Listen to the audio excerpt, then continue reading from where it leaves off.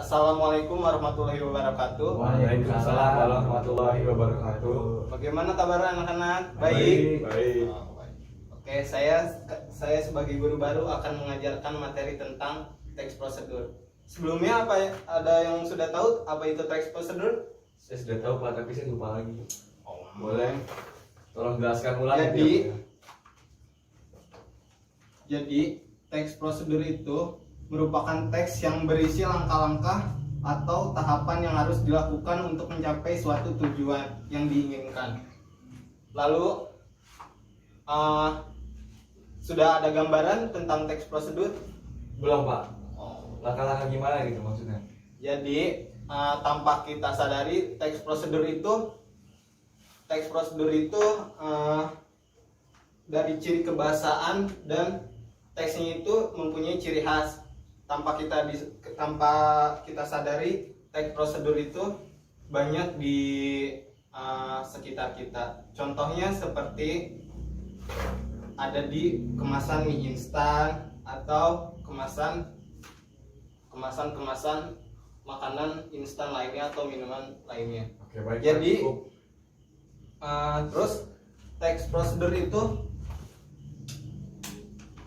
prosedur itu kita langsung mulai ke ciri-cirinya.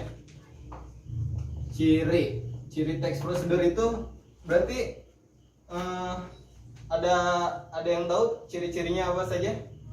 Tidak tahu Pak. Jadi teks prosedur itu ciri-cirinya dapat dikenali dengan mudah. Yang pertama itu ada berisi tentang langkah-langkah. Yang pertama langkah-langkah. Yang kedua menggunakan kalimat saran.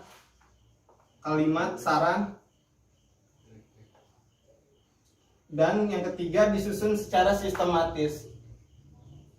Lalu yang keempat berisi informasi yang bersifat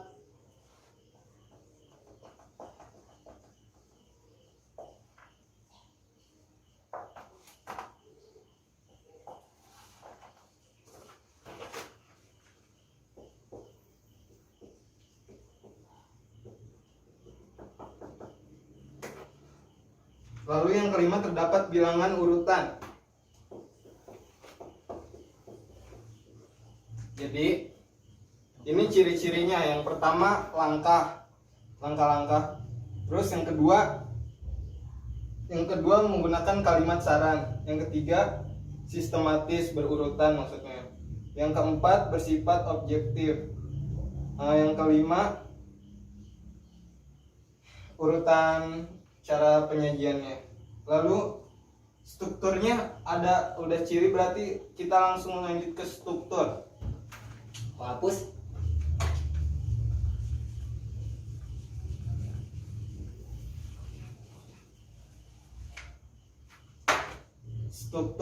Struktur teks prosedur.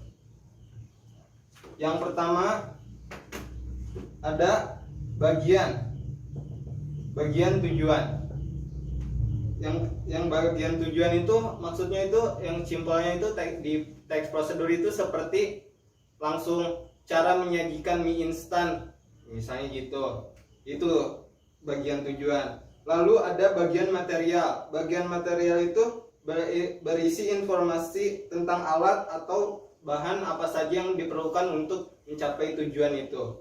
Lalu yang ketiga bagian langkah-langkahnya, seperti cara urutannya harus nggak mungkin kan kalau kita mau masak telur mata sapi, tapi kita mecahin dulu telurnya, masukin minyaknya, langsung ke penggorengan, kan nggak mungkin. Berarti semua juga harus secara sistematis. Lalu ada kaidah kebahasan di teks prosedur. Yang pertama menggunakan kata kerja perintah imperatif. Lalu yang kedua menggunakan kata teknis yang berkaitan dengan topik bahasan.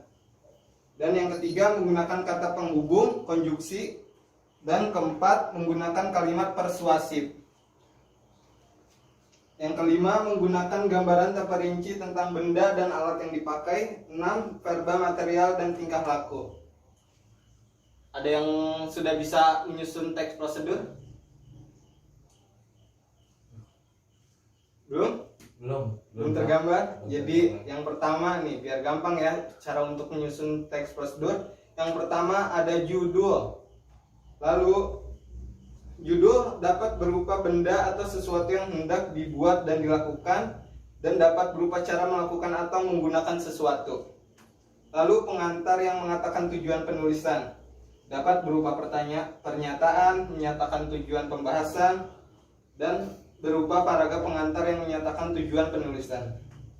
Lalu yang ketiga ada bahan atau alat untuk melaksanakan sesuatu prosedur berupa daftar atau rincian, dapat berupa paragraf.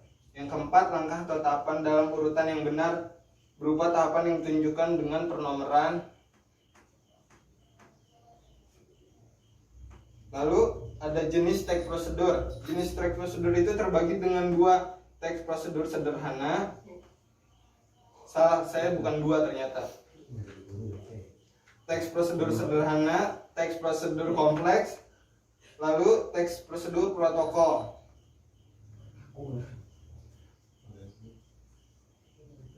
Yang kita bahas satu-satu. Teks prosedur sederhana itu jenis teks prosedur yang pertama adalah teks prosedur sederhana. Ini hanya berisi 2 atau 3 langkah saja untuk prosedur atau mengoperasikan setrika. Lalu jenis teks prosedur kompleks, yaitu teks prosedur kompleks terdiri atas banyak langkah-langkah dan jenjang untuk tiap tahapannya. Lalu lanjut ke teks prosedur protokol. Jenis teks prosedur terakhir adalah teks prosedur ini adalah teks prosedur yang merupakan langkah-langkah sangat sederhana dan mudah dipahami. Contoh ya, kita bikin satu. Cara membuat Instagram. Yang pertama-tama kita cari tentu bahan-bahannya ada HP dan kuota internet. Yang pertama kita buka menu, cari Play Store dan searching Instagram. Lalu kita bisa langsung mengunduhnya. Terus masukkan daftar akun kita, isi data dengan baik dan benar. Lalu Anda akan diminta untuk verifikasi untuk tindak lebih lanjutnya. Lalu pada tahap ini Anda diminta mengikuti peraturan atau kebijakan yang disediakan Instagram, dan terus akun Anda kalau Anda sudah menyetujui, akun Anda akan berhasil terbuat.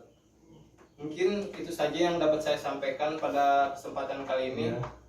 Kurang lebihnya mohon maaf. Assalamualaikum warahmatullahi wabarakatuh. Waalaikumsalam warahmatullahi wabarakatuh. Gocap, gocap, kumpul ya dana, gocap, gocap.